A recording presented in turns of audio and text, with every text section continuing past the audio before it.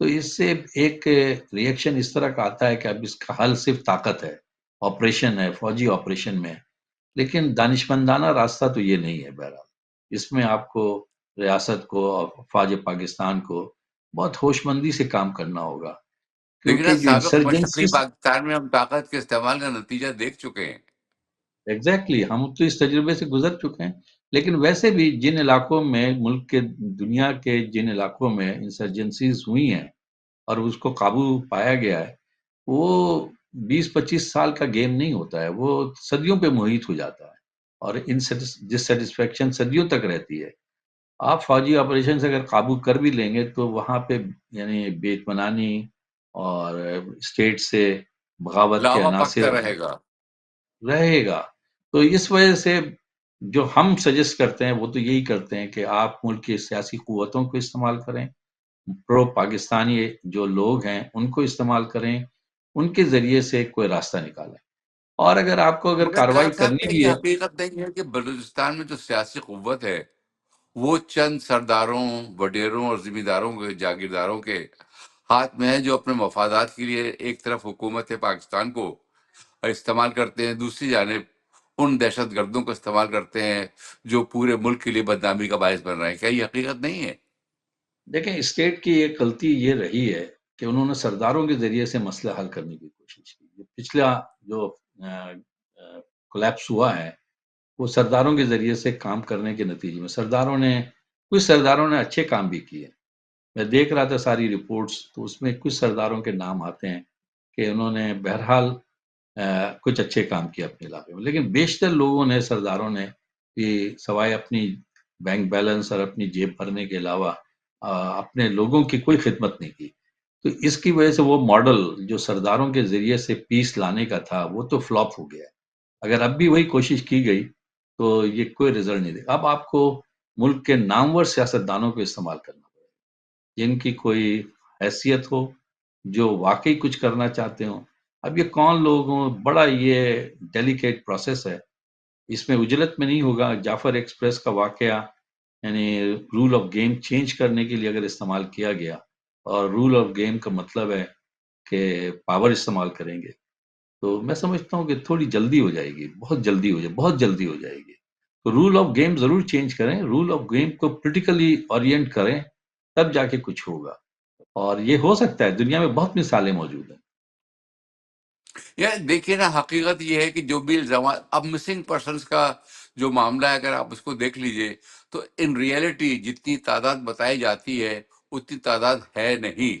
جو facts finding missions ہے ان کے اعداد و شمار سے یہ پتہ چلتا ہے کہ اتنی تعداد نہیں ہے، بلکہ ان میں سے بہت سے وہ لوگ ہیں جو دہشت گردی میں ملوث ہیں اور پہاڑوں پہ چڑھے ہوئے ہیں، اور ان کو آپ نے مسنگ پرسنس کے کھاتے میں ڈال دیا، اور پاکستان کی گورنمنٹ کو آپ اس کے لیے بلیم کرتے ہیں، یا پاکستان کی ایجنسیز کو آپ بلیم کرتے ہیں۔ لیکن پاکستان کی یہ غلطی، گورنمنٹ کی یہ غلطی کہ وہ وہاں کے عوام کو اعتماد میں لینے میں ناکام ہو گئی ہے۔ اس کا کیا سبب ہے؟ کیا انٹینشنلی گورنمنٹ یہ کر رہی ہے، یا یہ کہ ان میں اہلیت ہی نہیں ہے اس کو کرنے کی؟ نہیں، حیثیت اگر کرنا چاہیں گے، نیشنل کہتے ہیں نا امنگ پیدا ہوگی انٹرسٹ کے مطابق، تو یہ مسئلے حل ہو جائیں گے۔ دیکھیں، لیکن اگر آپ حل نہیں کرنا چاہیں، ہاف بیک کام کریں گے، تو یہ کبھی رزلٹ نہیں لائے گا۔ اور جو ماڈل استعمال کیا گیا غیر نمائندہ لوگوں کا، سرداروں کا، ٹھیک ہے ان کی ایک حیثیت ماضی میں بہت پہلے کبھی رہی ہوگی، لیکن اب ڈیموکریٹک پروسیس، الیکشنز وغیرہ کے نتیجے میں بہت کچھ وہاں کا ڈیموگرافی چینج ہوا ہے، سیاسی ڈیموگرافی بھی چینج ہوا ہے۔ بات صرف اتنی ہے کہ آپ ٹرو نمائندگان کی بنیاد پر نظام چلائیں۔ اگر اسمبلی ٹرو نمائندے پہ مبنی ہوگی تو وہ بہت ساری ریزولوشنز پاس کر سکتی ہے، بہت ساری چیزوں پہ بات کر سکتی ہے، دلیرانہ بات کر سکتی ہے، بہت اچھے طریقے، مخلصانہ طریقے سے بات کر سکتی ہے۔ لیکن اسمبلیاں اگر بالکل ڈیف اینڈ ڈم طریقے سے ہوں، غیر مؤثر ہوں، تو آپ مجھے بتائیں کہ عوامی نمائندگی کی بنیاد پر آپ کیسے کام کریں گے؟ آپ کے پاس ایک ہی آپشن ہے، پھر وہ ہے فوج کا آپشن رہ جاتا ہے۔ تو آپ اسی ٹول کو استعمال کر رہے ہیں جو تھوڑا بہت مؤثر ہے، لیکن وہ لانگ رن میں مؤثر نہ ہو شاید، لانگ رن میں تو اس سے بہت زیادہ نقصان ہوگا، جو بہت ماضی میں ہم نقصان دیکھ ہوگا۔ چکے ہیں۔ اچھا، دوسری ایک بات یہ ہے کہ ایک اور جو منظرنامہ ہے وہ یہ ہے کہ چونکہ پاکستان اور چین کے تعلقات بہت اچھے ہیں، گوادر پر چین کا کنٹرول ہے، پاکستان اور چین مل کر وہاں کام کر رہے ہیں، تو اس وقت تو بلوچستان کو ڈی اسٹیبلائز کرنا ایک بین الاقوامی ایجنڈے کا حصہ ہے۔ اس کے بارے میں آپ کیا کہیں گے؟ اور بین الاقوامی قوتیں اس میں انوالو ہیں۔ دیکھیں یہ تو بالکل میرا خیال ہے کہ کلیئر سی بات ہے کہ سی پیک بہت ساری طاقتوں کو، گلوبل پاورز کو یعنی پسند نہیں ہے، نام ان کے لیے وہ منظور نہیں کرتی ہیں، اس کو پسند ہی نہیں کرتی ہیں، اس کو روکنا چاہتی ہیں۔ اس میں انڈیا بھی شامل ہے، امریکہ بھی شامل ہے۔ تو یہ کہ گلوبل پاور کی جو لڑائی ہے اس میں ہم پس تو رہیں، اور گوادر کا پروجیکٹ بھی ڈیفر ہوتا رہتا ہے، یا سی پیک کا پروجیکٹ مؤخر ہوتا رہتا ہے، یا اس میں مشکلات آتی رہتی ہیں۔ تو گلوبل پاورز کی جو لڑائی ہے اس میں بھی بلوچستان کا مسئلہ خراب ہو رہا ہے، اور چینیوں کے ساتھ یعنی جو ٹارگٹ ہے چینی سٹیزنز، وہ ہمارے علم میں ہے کہ بی ایل اے بھی کلیم کرتی ہے کہ ہمارا ٹارگٹس چائنیز سٹیزنز ہیں۔ تو یہ سارا کچھ مل ملا کر کے بلوچستان کے مسئلے کو ایگریویٹ کر رہی ہیں۔ لیکن اگر پاکستان اپنا پولیٹیکل مشن جاری رکھے اب اپنے عوام کے لیے، اور لوگوں کو اختیار دے، لوگوں کو حقوق دے، اور لوگوں کے ساتھ افہام و تفہیم پیدا کرنے کی کوشش کرے، اس کے لیے جو ایکسس چاہیے عوام تک، وہ ٹرو نمائندوں کے نتیجے میں ہو سکتی ہے۔ ابھی تو ایک ہیلنگ پروسیس شروع کرنا چاہیے، بہت خراب حالات ہیں وہاں پہ، تو وہ جب تک نہیں کریں گے تو میرا نہیں خیال ہے کہ بات آگے بڑھے گی۔ لیکن مجھے مگر ایک بلال ہوپ یہ بھی صاحب، ہے، جی، مگر ایک ہوپ سوال یہ یہ بھی ہے پیدا ہوتا ہے کہ گورنمنٹ جو مرکزی حکومت ہے، فیڈرل گورنمنٹ ہے، اس سلسلے میں وہ اپنا رول کیوں نہیں پلے کر پا رہی ہے؟ کیا اس پر کوئی دباؤ ہے اس سلسلے میں اسٹیبلشمنٹ کی طرف سے، یا بین الاقوامی دباؤ کے تحت ہے وہ، یا یہ وہ کرنا ہی نہیں چاہتے سرے سے؟ وہی غفلت یا وہی بیزاری ہے جو سابق مشرقی پاکستان کے سلسلے میں تھی؟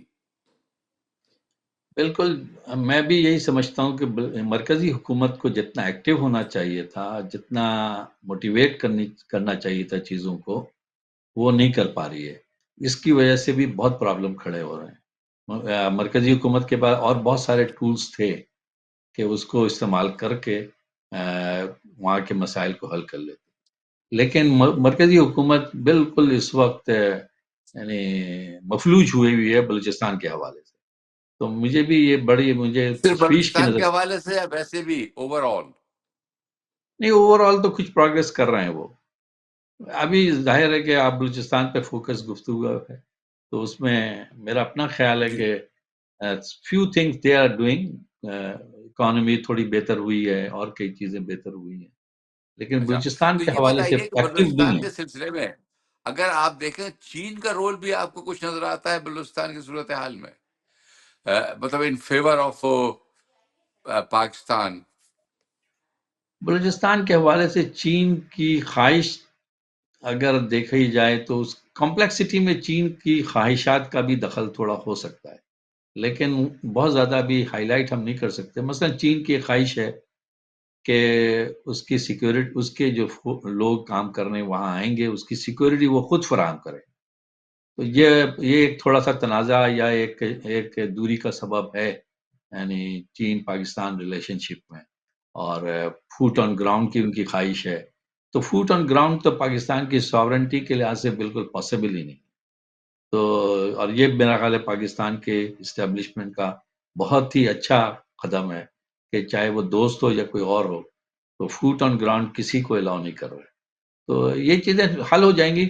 اصل میں بات یہ کہ اتنے بڑے بڑے پروجیکٹ لانچ ہوئے ہیں، سی peak is a huge project, Reko Diq is a huge project, اور معدنیات کے کچھ اور ایشوز بھی ہیں جو بہت ہیوج پروجیکٹ بن سکتے ہیں۔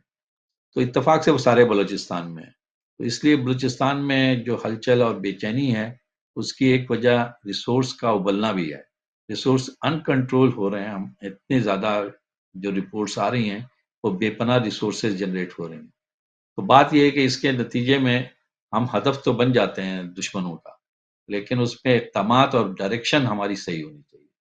تو میری تو یہی ہے کہ یہ مسائل حل ہو سکتے ہیں، بہت کوئکلی حل ہو سکتے ہیں، پرووائڈیڈ آپ پروونشل آٹونومی کی طرف چلے جائیں جو تھوڑی ڈیمانڈ بھی ہے، میجورٹی کی ڈیمانڈ جو بلوچ سیگمنٹ ہے 55% کے قریب، اس کا 12-13% انسرجنسی ہے، باقی سارا جو ہے نا اٹانومی پہ ہے، جو ڈیٹا کہتا ہے جتنا بہت ڈیٹا. بہت مائنرٹی ہے جو لوگ یہ چاہتے ہیں کہ پاکستان کو ڈیمیج کیا جائے یا نقصان جی ہاں، پہنچایا جائے. بہت اور بہت پشتونوں تھوڑا کا ہے. کیا رول ہے وہاں پر؟ پشتون دیکھیں 35-40% پشتون ہے اور یہ سارے پرو پاکستانی ہیں. تو بلوچستان کی جو کمپلیکسٹی ہے، جو بدامنی کے تناظر میں، کہ ہم سمجھتے ہیں کہ صرف بدامنی ہی بدامنی ہے، ایسا نہیں ہے. وہاں کے 40% آبادی وہ پرو پاکستانی ہے، پاکستان کے لیے بالکل ابھی تک وہ بالکل پاکستان کی بقا، اس سے محبت کا اظہار کرتے رہتے ہیں. لیکن اسٹیٹ کی پالیسی کا نتیجہ یہ کہ ایسا لگتا ہے بلوچستان میں صرف بلوچ رہتے ہیں اور انسرجنسی کر رہے ہیں، حالانکہ بالکل ایسا نہیں ہے. ڈیٹا یہ بتا رہا ہے کہ 12-13%، 14% یعنی انسرجنسی کر رہے ہیں، باقی وہ لوگ ہیں جو پاکستان سے وفادار ہیں. تو پاکستان کے پاس تو بہت بڑا اسپیس ہے، یہ بنگلہ دیش والی صورتحال وہاں نہیں ہے. یہ جو بھی بات یہ کر رہے ہیں، غلط فہمی پھیلا رہے ہیں، میرا خیال ہے بہت ہی پاکستان کے ساتھ زیادتی کر رہے ہیں. ایک دیکھیے، جب تک انسرجنسی ہے. پاکستان کی گورنمنٹ سرداروں کے ساتھ ڈیل کرتی رہے گی، عوامی سطح پر نہیں آئے گی، اس وقت تک میں نہیں سمجھتا کہ کوئی ڈیولپمنٹ ہو سکتا ہے، بات آگے بڑھ سکتی ہے. آپ کیا سمجھتے ہیں اس بارے میں؟ آپ کی یہ بات بالکل درست ہے. آپ کو سرداروں کی ایڈمنسٹریشن سے نکل کے عوامی ایڈمنسٹریشن کی طرف ایڈمنسٹریٹو باڈیز کو ڈیولپ کرنا پڑے گا. دیکھیں، اسمبلیاں ہینڈ پک نہیں ہونی چاہیے، اسمبلیاں مینج نہیں ہونی چاہیے. جو پاکستانی عوام ہیں، چاہے بلوچستان کی عوام ہو، اور جو اسمبلیوں میں پہنچتی ہے، وہ ڈفر لوگ نہیں ہوتے، صرف ڈفر اور کرپٹ لوگ نہیں ہوتے ہیں. ان میں بہت سارے لوگ مخلصین ہوتے ہیں، اچھے لوگ ہوتے ہیں، کام کرنا چاہتے ہیں، کم سے کم پاکستان سے وفادار ہوتے ہیں. لیکن جب آپ ہینڈ پک لوگ لاتے ہیں تو پھر کام نہیں ہوتا، ان کے پاس کچھ اپنے بھی نہیں ہوتا. تجربے اور اپنی ریسرچ کی بنیاد پر آپ آنے والے دنوں میں بلوچستان کا کیا منظرنامہ دیکھ رہے ہیں؟ بہت اختصار کے ساتھ، میرے پاس ٹائم کم رہ گیا ہے. میں بڑا ہوپ فل ہوں. مجھے لگتا ہے کہ پاکستان کے ایسے whole establishment, civil establishment, military establishment, میرا خیال ہے کہ معاملے کی سنگینی کو اور اس کے پھیلاؤ کو روکنے کے لیے اقدامات کریں گی. اور عوامی نمائندگی، اسمبلیاں ریکنسٹیٹیوٹ ہونی پڑیں گی، اور اس میں جو لوگ پبلک اوپینین کے مطابق آنا چاہیں گے ان کو آنے دے گی اور ان کو کام بھی کرنے دے گی. اس کے نتیجے میں ایک طرف سے راستہ نکلے گا. دوسری طرف کا راستہ یہی ہے کہ جو لوگ واقعی انسرجنسی کر رہے ہیں ان کو ہیوی ہینڈڈلی ہینڈل کیا جائے، لیکن ان کے لیے کوئی اسپیئر نہ کیا جائے، لیکن ایک صلاح عام نہ کیا جائے. بہت شکریہ محمد بلال صاحب. تو ہم اپنے سننے والوں کو اور دیکھنے والوں کو بتاتے چلیں کہ ہمارے ساتھ موجود تھے جناب محمد بلال صاحب، جو ایک تھنک ٹینک ایثار کے سربراہ ہے، اور ان کا کہنا تھا کہ بلوچستان کی صورتحال بڑی پیچیدہ ہے.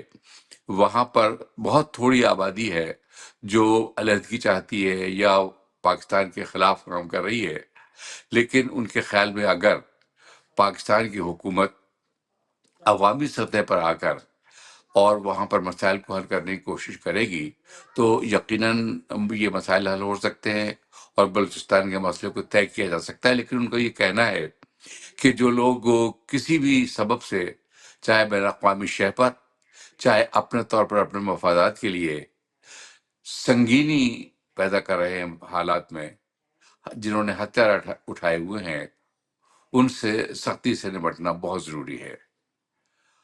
اب اپنے میزبان قمر عباس جعفری کو اجازت دیجیے. ہمارے آج کے پروگرام کے پروڈیوسر تھے اظفر امام.